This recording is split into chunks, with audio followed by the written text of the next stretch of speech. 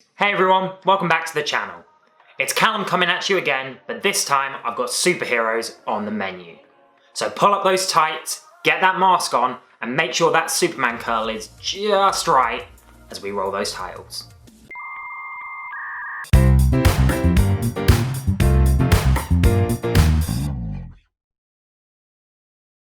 Now we're going to be heading to Jump City and scaling that iconic T-shaped tower as we talk Teen Titans.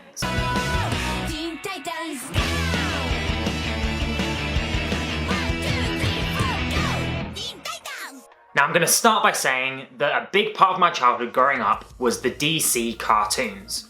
I loved Justice League and Batman, but nothing captured me quite like Teen Titans. The original Teen Titans series ran from 2003 to 2006 and was broadcast, at least in the UK, on Cartoon Network. The show blends both Eastern and Western animation styles and forms this very comic book looking series. I loved it growing up. I think it was fantastic. It blended both comedy and dark moments to form this really well-rounded show that was accessible for children and also really good for teenagers and young adults who were watching it later on. So as mentioned in one of my previous videos, my favourite character is Cyborg. The link to that video will be up in the cards. Now the reason why I like Cyborg, as I explained, is that he has a really interesting story arc. What's very interesting about it is, one, he questions his morality, but not only that, he also has this whole development which I think is really rare for a cartoon show. He goes from being just a funny member of the squad and quite often part of the comic relief team with him and Beast Boy, to really becoming his own leader. Eventually, at a certain point in the series, he actually runs his own Teen Titans team. And I think that it's a really good character development and it shows a lot about the way that the show is written. I think it's a really fantastic show. It takes moments like this, focuses on all of the characters in different series, and develops into a perfectly well-rounded show that I think wouldn't go amiss on Netflix's run of shows at the moment. Now with my love of this show established, imagine how excited I was when they announced that they were going to be rebooting it. I was thrilled. And then, well, this happened.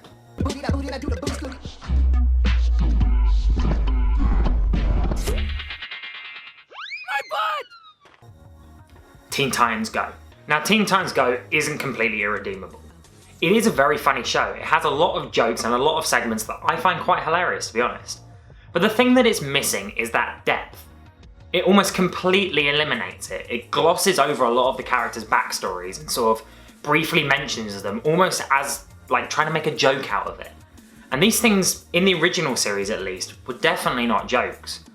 They added a lot to each of the characters, and I think to sort of gloss over them doesn't do them justice. However, Teen Titans Go does hold its place really well. And what it does is it adds a bit of meme culture to the DC universe. The best thing about it is each episode is only about 12-15 minutes long. Perfect YouTube length. Not only that, but within each of those episodes, you have well-crafted jokes that form a couple of minutes at a time. These are perfect for Facebook, Instagram, or whatever. Teen Titans Go really holds this place well, and it does a very good job of introducing kids into a superhero universe. It is funny, it's light-hearted, and it's very visually stimulating. But the problem is it just doesn't capture what Teen Titans had originally. And I don't think the original Teen Titans series was too adult for kids. I think it was a perfect mix and a perfect sort of transition ground between those early sort of SpongeBob SquarePants and Fairly OddParents sort of cartoons, moving up into slightly more adult stuff, your Simpsons and your Family Guys, for example. Of course, there's also the Teen Titans Go movie, which is aptly named Teen Titans Go to the Movies. Now the thing about this is it does still play into that sort of light-hearted comedy feel that the series does, but it also adds a weird sort of meta twist, sort of in the vein of almost Deadpool but for kids. It's very interesting in the way that it sort of approaches itself and makes fun of itself within the community of Teen Titans, and compares itself quite often to the original series and the Justice League cartoons as well. Not only that, but it connects itself to the DCEU and tries to make itself a sort of light-hearted joke on the side of all of that. I think it's a very interesting movie, and to be honest with you, I found lots of moments in that film hilariously funny. The one thing that really excited me though was the post-credits scene where they brought back the original Teen Titans for that last little moment where they're like, I think we found a way back. I mean, that did excite me, I'm not gonna lie to you. So as you can see, Teen Titans Go does hold a good place within the canon of Teen Titans. However, the thing that it's missing is, I think, what made the original series so good, and that's the depth behind all of the characters. Going on to the other side of things, however, we go to the entire other end of the spectrum as we talk about Titans. Now, Titans was released in 2018 and it follows the Teen Titans, however there are a few differences. It's not quite the lineup that we see in the cartoons because Cyborg isn't involved. That's probably because he has a place in the larger DCEU as part of the Justice League. It does rely on a few other characters to sort of fill that gap, but I think it definitely leaves something missing within the characters. As I said, what Titans does really well is explores the depth of the characters. However, I think sometimes to a bit too much of an extent. What I would describe it as is they've gone a bit Riverdale with it. Everything's a bit melodramatic and sometimes I think it's dark for the sake of being dark.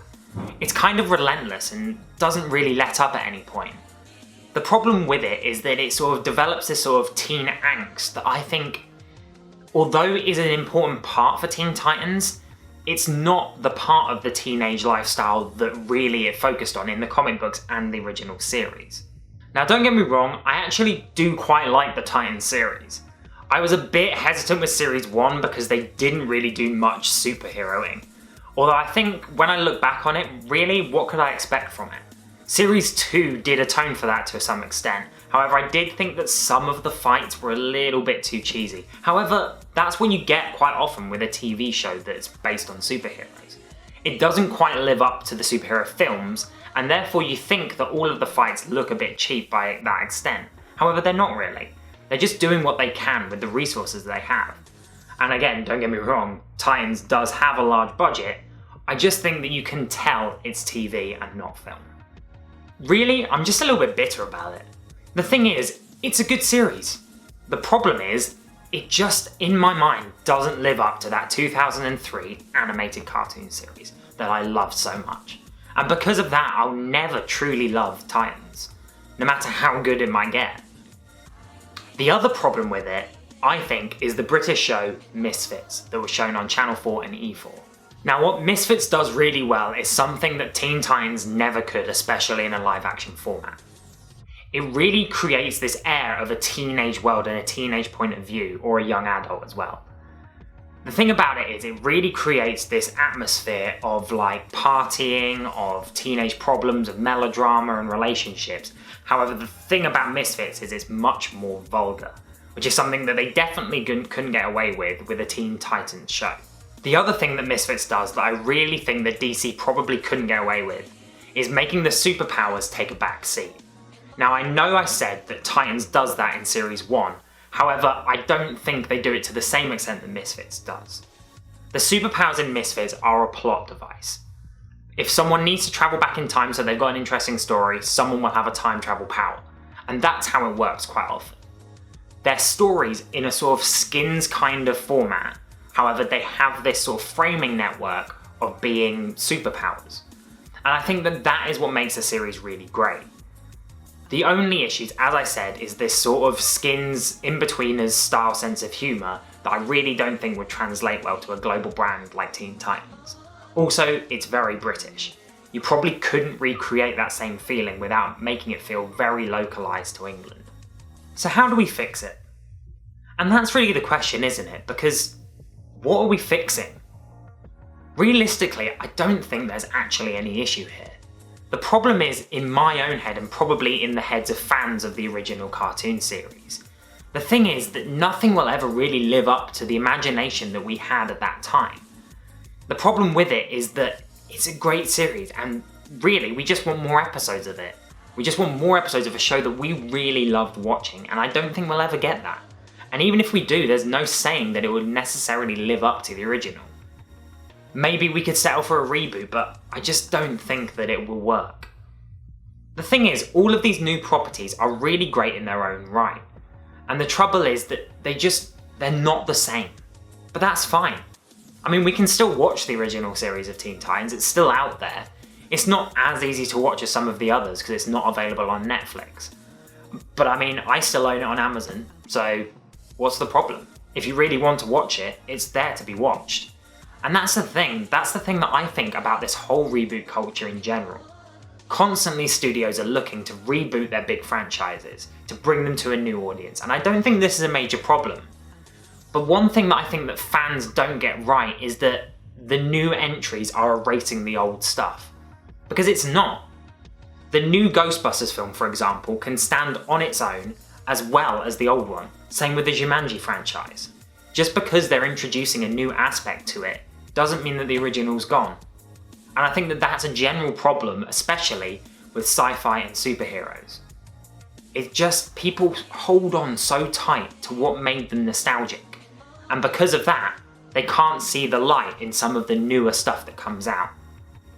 I like Teen Titans Go. I like the movie that came out of it. I like Titans as well. But that doesn't mean I don't love the original, because I love that more.